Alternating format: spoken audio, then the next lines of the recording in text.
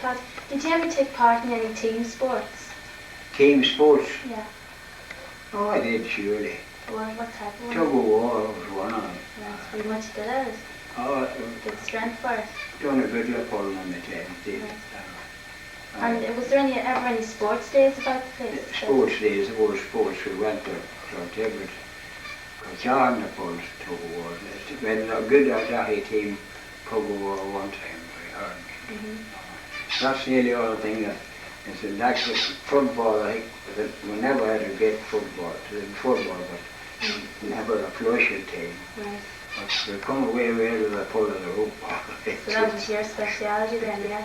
Pardon? So that's what our daddy was known for. That's right, sports. we had a fairly good bond in our time too. We had no doubt about And did you ever hire any people on your farm? No. No, you always managed yourself? No. Unless, if you drop on a man a few days working, but not on a constant running. Maybe local labour that maybe as a take job, he'd come and you'd pay him for a few days work, but you wouldn't have him constant, you wouldn't want him. Just asking about the sports days again, the old ones, what he remembers.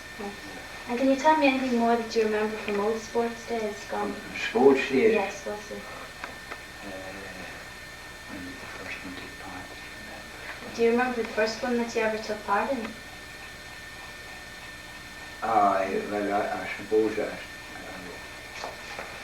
I couldn't again.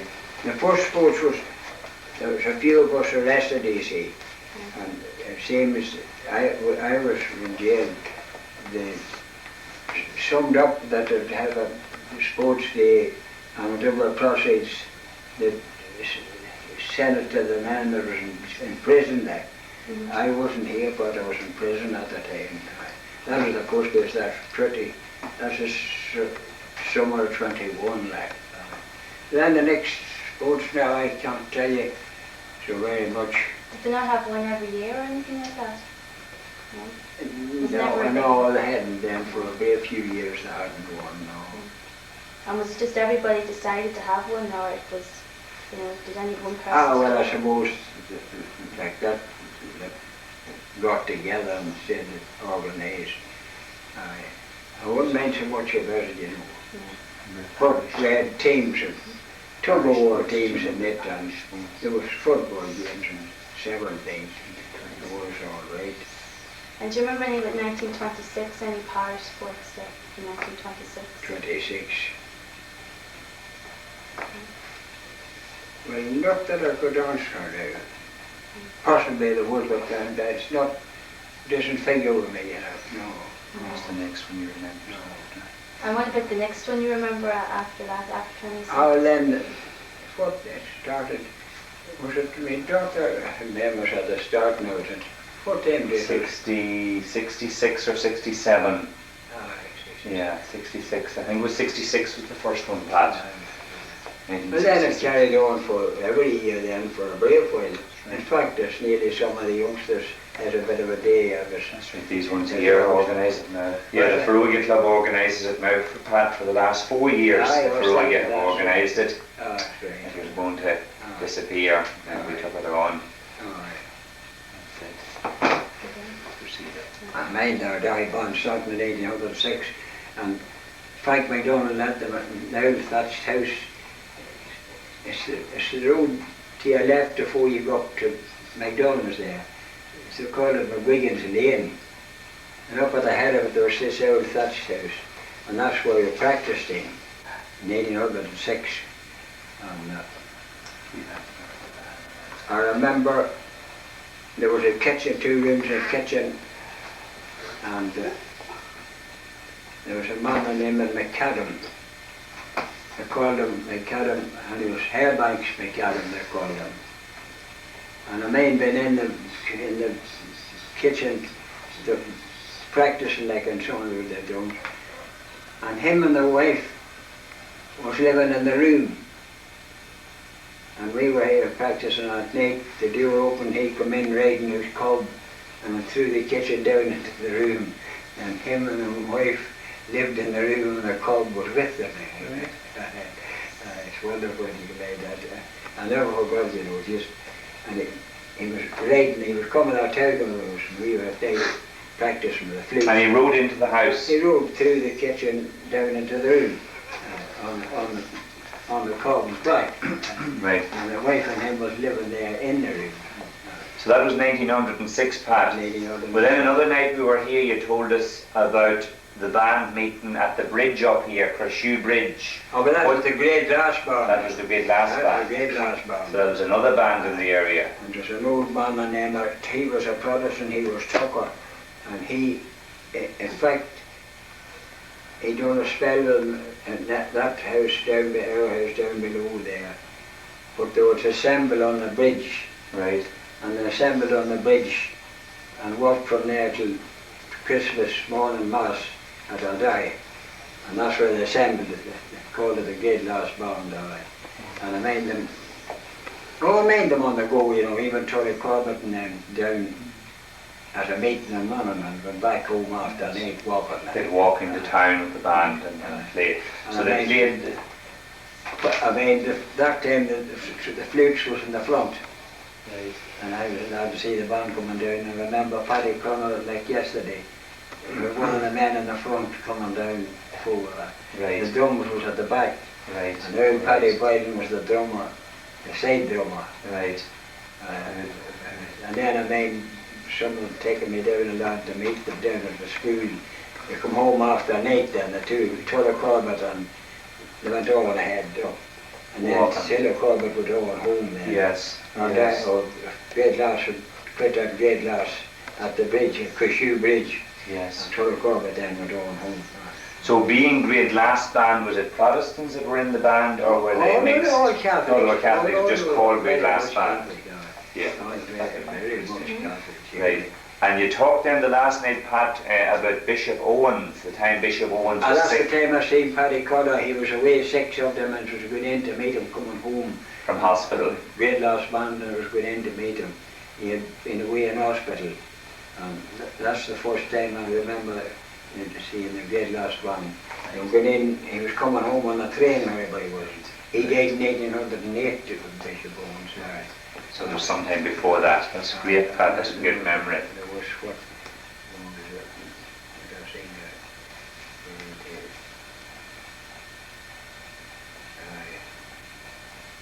After there was a demonstration of the best within our mansions. The Heber McMahon celebrations was the last time we were out. That is it. That was much later. Right. Oh, it doesn't matter, Pat, if you don't want to. The minister said Right. Yeah. So here, Pat. Anything else about the band? Sorry for jumping in, Christine. It's just this is important, the band bit. Anything else about the band that you can remember, Pat? Of course, the band continued on then. Did it stay? The main father made me taking us to Dundalk and a pioneers rally of a Sunday, and we hit the train. We walked in and hit the train at something around 7 o'clock in the morning, and then you'd go down to Tunis that day and hit it. You'd spend the day. That would be about 19.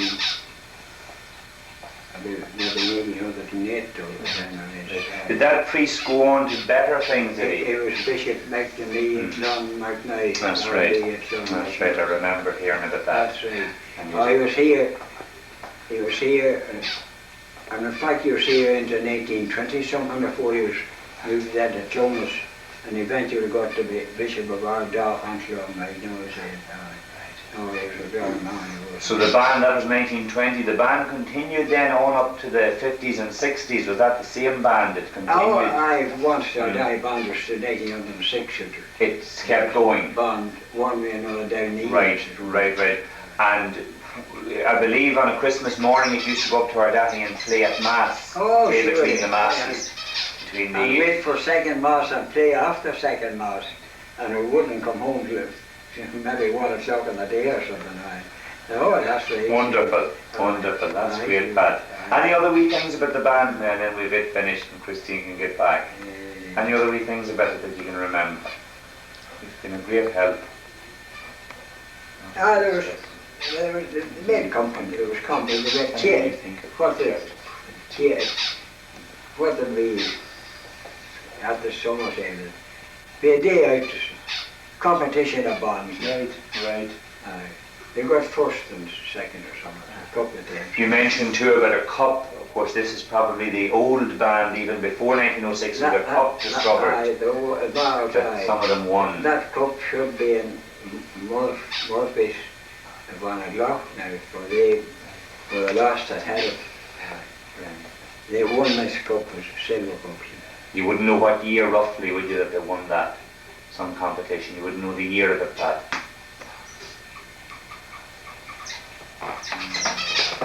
Before 1900, was it? Oh no, I only started in 1806. Oh, right. So it could be 1911 or 12, roughly. It's funny.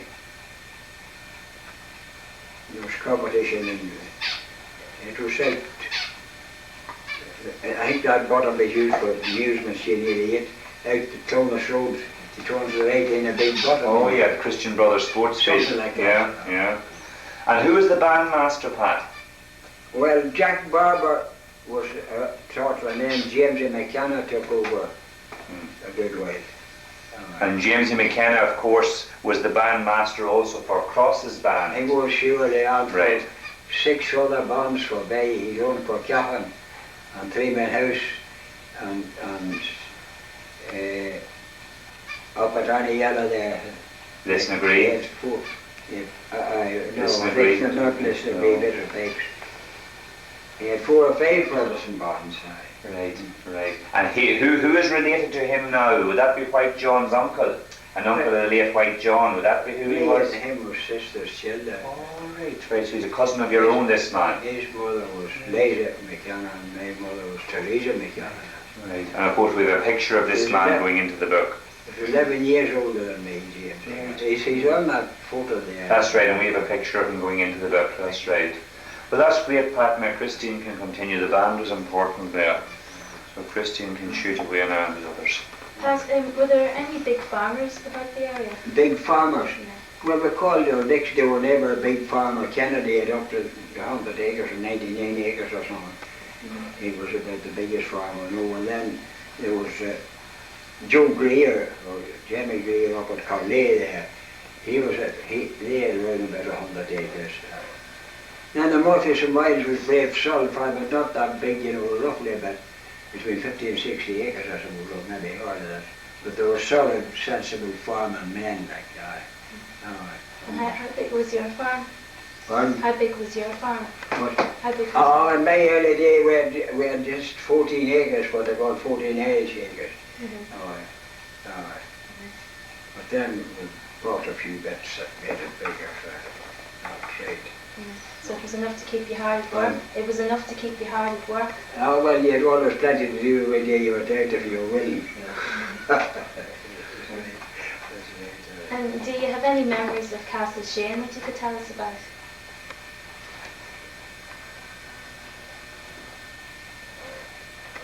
Oh, well, I suppose. I remember it in full swing indeed. I mean, it belonged to Lucas. And then they were always, of course, living in England.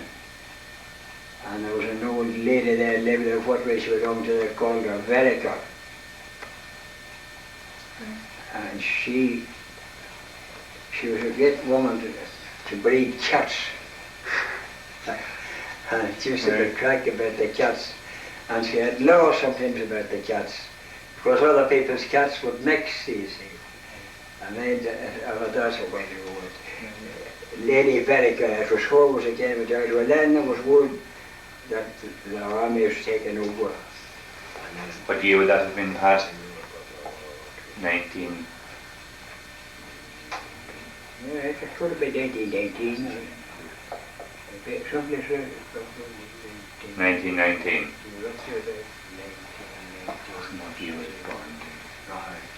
And what year was the castle burnt in? Roughly about 90, I think it was now going to about 19, I think about 1919 or something. On that end of it, so not too bored.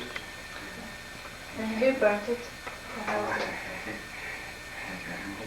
Was there much controversy about that? Like, how did it It come was about? supposed that the army was settled into it, you see.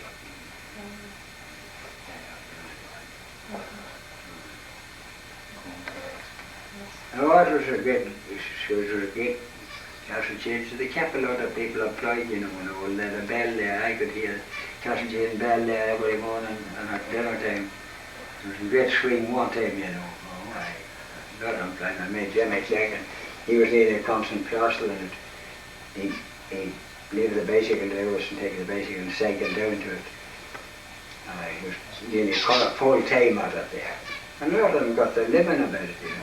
Yeah, kept families going. And it made a crowd. I made one time I was to go for a hunt, called a Ferenci goat. Get on the dogs and all, they had to head out on across this hill that didn't you go through the park. And of course you weren't allowed there, which I had to go on anyway. And there come about 2 dozen out of the castle, and they were alarmed as they see at the hunt, you know. And so they started to follow the hunt too. They were, I suppose they were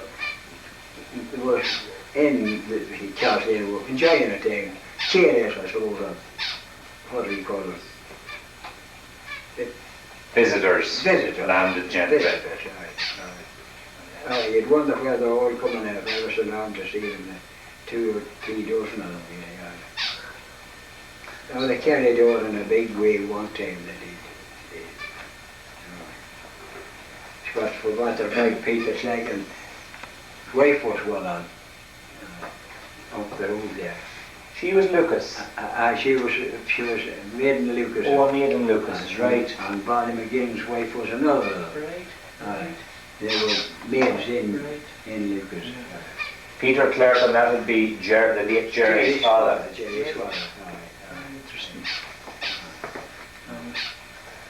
But could you tell me something about the RIC station at Castleshane and another one that was at Carroll Cave? I didn't know so much about Carrick Cave, but I made one time I called him about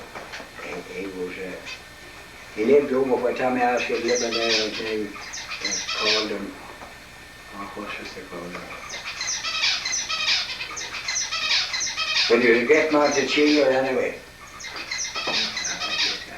I could cheer them for the challenge that they wouldn't cheer beside the barracks anyway, because it was there. And what did people think about having an RIC But station? he challenged them that he would cheer because the barrack was along the road, you know. Yeah. And he went down and he let a couple of tremendous roars and out come the 2 men round and got a heard him see what was wrong and he started to cry. He said the wee dog, he said the rabbit run across the road with the wee dog and they let him off and he got back to whiskey. For cheering. He cheered his head, but he said, no, it must be down definitely here, that cheer. Oh, that's horrible. It was a funny sort of way, different crosses there. Did the people that... David Freeman, they called him. Alright. But I left it, it was partly done away now, you know, just here before I was up too much. They used to have a fair in Castleshane, but that was further back. It was the 22nd of May, and they used to all finish setting sports and all, and have a day at Castleshane. Castleshane Fair, the 2nd of May, 22nd of May, you was what had been done setting sports for it. That was before even night time. I had before them talking about it. Yeah. That was before... They'd all gather to spend the day at Castleshane, you know. Yeah, was that once a year, yeah? Oh, I'm the 22nd of May. For me, it come. It was once a year. Sweet. So you can't think of anything else about the RIC station over there now? No.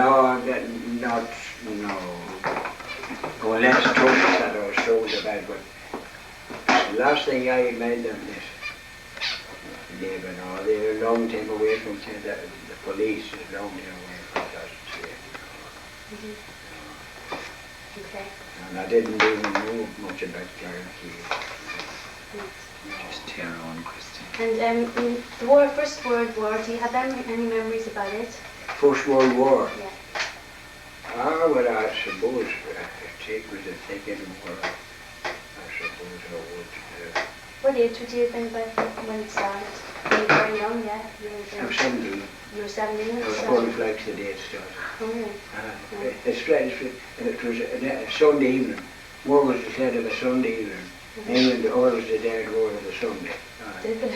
Aye. It always. Right. They always declared war of a Sunday. Done in the memories. Did it have any great effect on the lives of the people? Well, it did, you know, it did a great funny thing about it. The next Monday then there was nearly what they call a horse fair, and they bought up a lot of horses were wanting for the artillery for 1480 more. Yeah. Made a great inflation on things. Cattle went up more prices. Cattle was very bad before that, you know. Yeah. 11 or 12 you could hardly sell it as called a thing called fucking mouth disease. Yeah. And you could get nothing for it for cattle.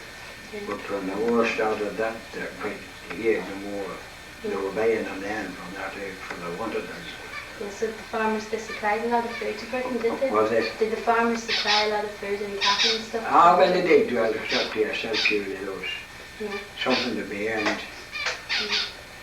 And growing flax was a great place. Anything lives in place once the war started, you know. But in 1811, 12, things were very quiet. And you don't know anybody that went to fight in that war, do you? Oh, I knew men several that were killed there, 2 houses there was. Yolanda's was one, and Oscar was 2 of them. Oh, I knew them. And Frank Paddy Lynch. Oh, I knew several that perished in the 14. It was the Battle of Mons was it? None of them in the Battle of the Somme anyway. No, sure, I don't know how many thousand was put down in one day, But them was Protestant and Lynch was a Catholic. Oh, those Catholics joined up too, you know. Sergeant and one on there, recruiting for the army. One about in wagons and sometimes an airplane and dropping leaves on the town there. You know, 1914 or 15. Fly low and drop down dockers to join the army and make speeches. And this was the First World War now? Torn in old man and then Nice. And do you remember the setting up of the state? Alright. So could you tell me something about what you remember about it? Maybe a good time to be about. Well, I remember that I didn't get in it. No, a thing about it was, as a matter of fact, they came an officer into we were in 1921, and he blew the bugle and we got it out and he settled up with the thing is, it has been announced, he says, in 10 Downing Street last night that this Irish question has been settled.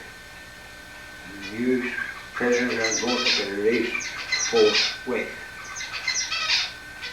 And the wee father Burns with us, he was from Dublin. He was a good friend of David Ellis too. And he jumped up in a box and he says, Irishman, he says, we are caught it again. And we didn't know what he was talking about. Father McLeister would come into heaven with the Blessed Sacrament and he had the news into him that the 6 counties was off. And we didn't know the 6 counties was off till we were home here. No. But that's just what he said. He said we were caught it again. And you didn't agree with it? I didn't agree with it. And was that the feeling around?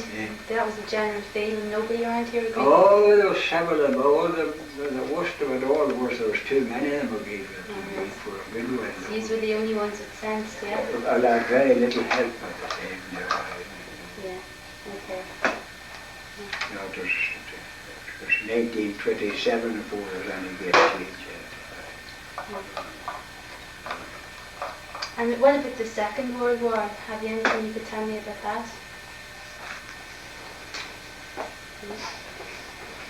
Well, I don't know. Take me to think that over, I couldn't say no. No. Do you remember the planes flying across here or anything like that in the way to Belfast? I do, surely, but sure, they take no notice. The other impression was the 1418 war and the aeroplanes, what they were that quite low over the town, like. They knew it was that time, a fair day for Monday, first Monday was a fair day of Monday, and the flyover and drop leaflets down, the fluttered down before on the state there. Then there was maybe some of them up standing in the break patient would join up and get straight for your armies. They'd get out to the people at them times. And in the war in 1945, to the Second World War, was there a lot of rationing about the place? No what? Rationing? Did you suffer from that? Oh, the black bread. Yeah. I would eat that. Oh, got enough of it all day. Man, somewhere. I should give it a bit of 100 dozen when all was said and done. Tea and sugar and mash. And how much was tea and sugar during the war? But I wouldn't, you know, that wouldn't come in on me at all when I said I'd be out of my walk and I wouldn't even heard the what was for anything. But the women would see about them things, you know. Yeah. No, it wouldn't come into my head at all. And the more the same as the cattle got up a bit the price or a horse or something like that. But I mean the black bread all right. And do you remember when the war was over, like were you listening on the radio or anything like that? Well, I think so. I do remember when it finished. What was it finished?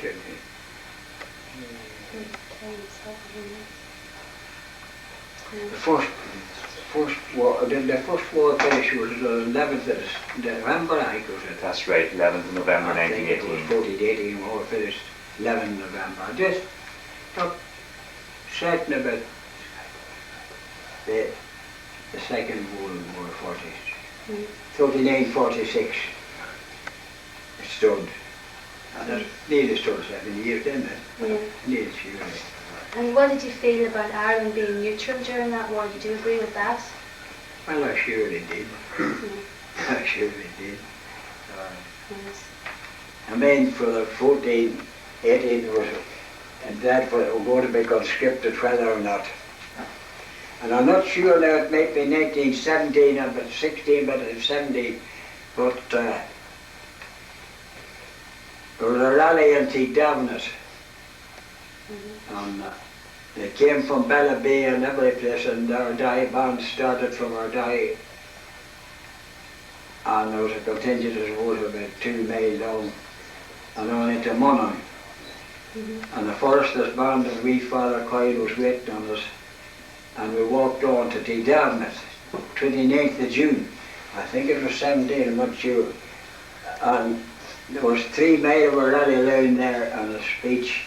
Every priest was there speaking. England was going to conscript us that time, you see. Yeah. So we eventually home that night, maybe between 11 and 12 o'clock. It was all walking. It was a brave walk from our diet to T-Down. It was a hot day and back, you know. Sure it is. And I think we even had a bonfire that night, 29th of June. And now our bonfire night. That's for doing all the walking. It was the next day before we got home. But the English government was going to conscript us, conscription, you see. And this was a show up that we weren't going to, Yeah. we weren't going to vote effective. Okay. We Father Clyde was a team of houseman, I think. He was waiting on the money. Of course, the half a money was there waiting on us when we went in. And, well, there was a contingent nearly from Monaghan to T-Davnet, you know. And it was a hot day. I mean that very well. I think it was I don't think it was 16 now, I think it was 17, funny, the memories are pleasure not. Okay. But I mean, the walking on the bonfire that night. And do you remember any big storms that there was from about 1945 onward up to this year? Aye, well, a couple of main windy storms had done a good damage, but I just couldn't put foot on the time. No. Well, 47 was a very rough spring with us. It was snowing on the third Saturday in January, and it was snowing on the third Saturday in February. And it was far a heavier fall of snow on the third Saturday in March. I was in Bellabay, them 3 fairs, and the third Saturday was Bellabay Fair, January, and you couldn't go out with snow. And in February, you couldn't stay on the street with snow. And in March it come on and you could hardly get home with snow. And that was 47, I think, that's 3 months that's wrong. And I do main wage doing farms usually. What kind of farm did they do? Just trees? What kind of farm did those windy storms do? What? What kind of farm? Was it just trees being knocked down? Ah, well, I said blow the roofs off houses, of course. Aye, blow away. Well, I did it, but not so long. I made a wild storm coming. I think it was the third Saturday in September, and we done it off and down. We lost a good hay ourselves. It was out in rocks and things, and folk was gathered in, you know, one Saturday, and there was a wind, and blew hay. And do you remember any important people that ever came to the area? No, nobody ever bothered. Any bishops or anything like that? No. Well, not off. No. You'd be coming and going to people that you wouldn't take reference. Notice of them, you know. No. There's nothing worth remembering. Okay. Mm. And do you notice any change in the climate in like this year or years gone? Well, you sometimes think, and I sometimes think that but I can't sympathy that the electricity has changed the climate. You think so? I think it does. Well, why is that?